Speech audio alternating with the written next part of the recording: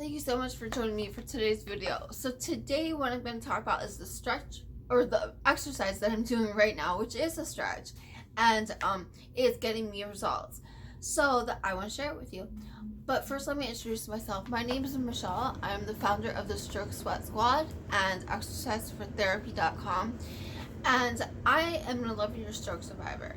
Now, exercise became my therapy when I didn't have anything else. And as a result, I became a personal trainer and coach. And my goal is to make your recovery easier than mine was. And I share videos about stroke recovery and exercises to help in stroke recovery. So let's get into today's video. You know, just this morning I was reading about something in my textbook called Disuse Syndrome. And what this is where we have a decreased work capacity in a certain area, and in my case, my arm, due to disuse. You were then susceptible to muscle contraction, connective tissue contraction, muscle atrophy, and susceptible to osteoporosis because our body parts, like your leg, is only as strong as the force that you put on it repeatedly. You're working up its ability to hold that weight.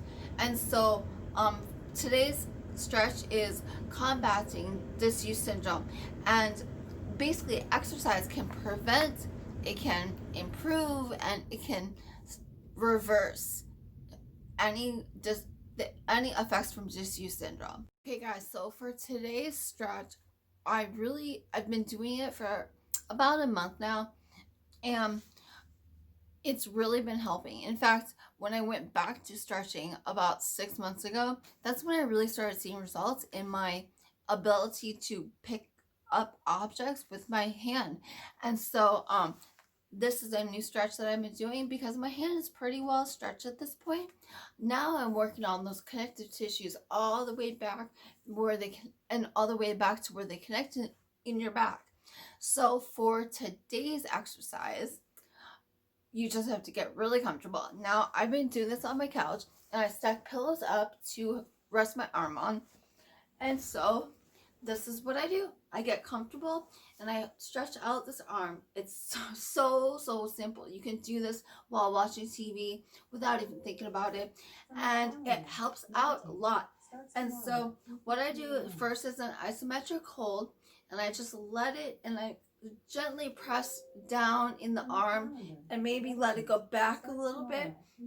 And then I'll bring the arm up, thumb to me, and then I'll bring the arm up with the back of my hand to me, and I'll just do various positions, really stretching out all those connective tissues all the way down to your back, like I said.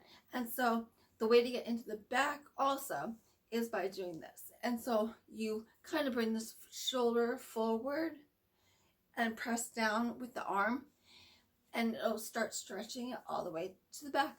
And so this is just a stretch that you can do without, like I said, without even thinking about it, and you're helping your recovery.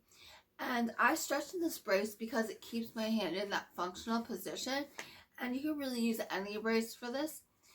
I like this one. Lately, I've got it off Amazon. Love it.